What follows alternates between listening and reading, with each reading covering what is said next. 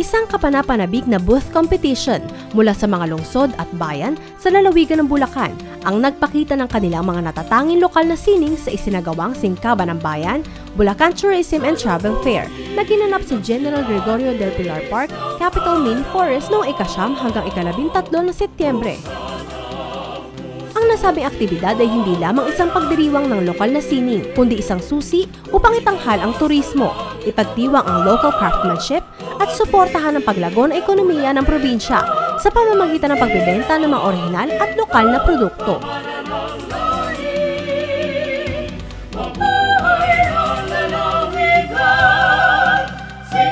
Samantala, ginanap ang paggawad ng mga nagsipagwagi noong ika-14 ng Setyembre sa harap ng gusali ng pamahalaang panlalawigan ng Bulacan. Karangalang banggit, Municipality of Paombong na tumanggap ng tropeyo at 10,000 piso.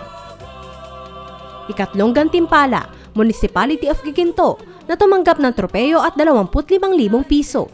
Ikalawang gantimpala, Municipality of Bukawi na tumanggap ng tropeyo at 35,000 piso.